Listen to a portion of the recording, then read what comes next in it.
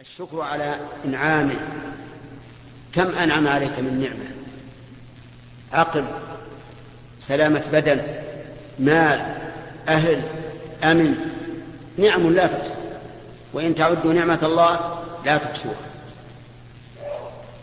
لو لم يكن من نعمته عليك إلا هذا النفس الذي لو اغتممت لفقدت الحياة، مع أنه يخرج بدون أن تحس به وبدون أن تتعب له. وانظر الذين ابتلوا بضيق النفس كيف يتكلفون عند إدخال النفس وإخراجه، وهذا النفس مستمر دائم، نعمة لا تحصى أبدا.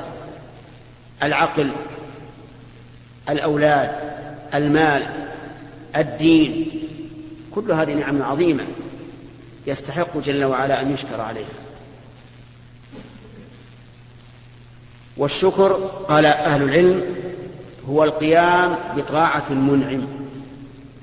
هذا الشكر، أن تقوم بطاعة المنعم، ولا سيما جنس هذه النعمة.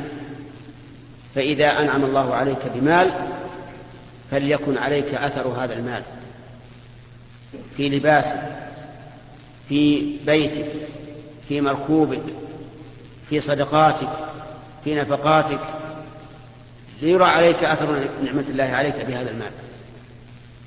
في العلم، إذا أنعم الله عليك بعلم فليرى عليك أثر هذا العلم من نشره بين الناس وتعليم الناس والدعوة إلى الله عز وجل وغير ذلك.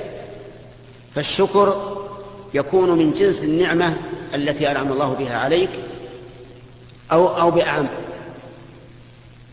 إذن فمن عصى الله فإنه لم يقم بشكر نعمة الله، كافر بنعمة الله والعياذ بالله. قال الله تعالى: ألم تر إلى الذين بدلوا نعمة الله كفرا وأحلوا قومهم دار البوار جهنم يصلونها وبئس القرار. فالعاصي لم يقم بشكر نعمة الله عز وجل، وينقص من شكره بقدر ما أتى من المعصية. حتى لو قال الإنسان بلسانه أشكر الله، الشكر لله، وهو يعصي الله، فإنه لم يصدق فيما قال. الشكر القيام بطاعة المنعم. الشكر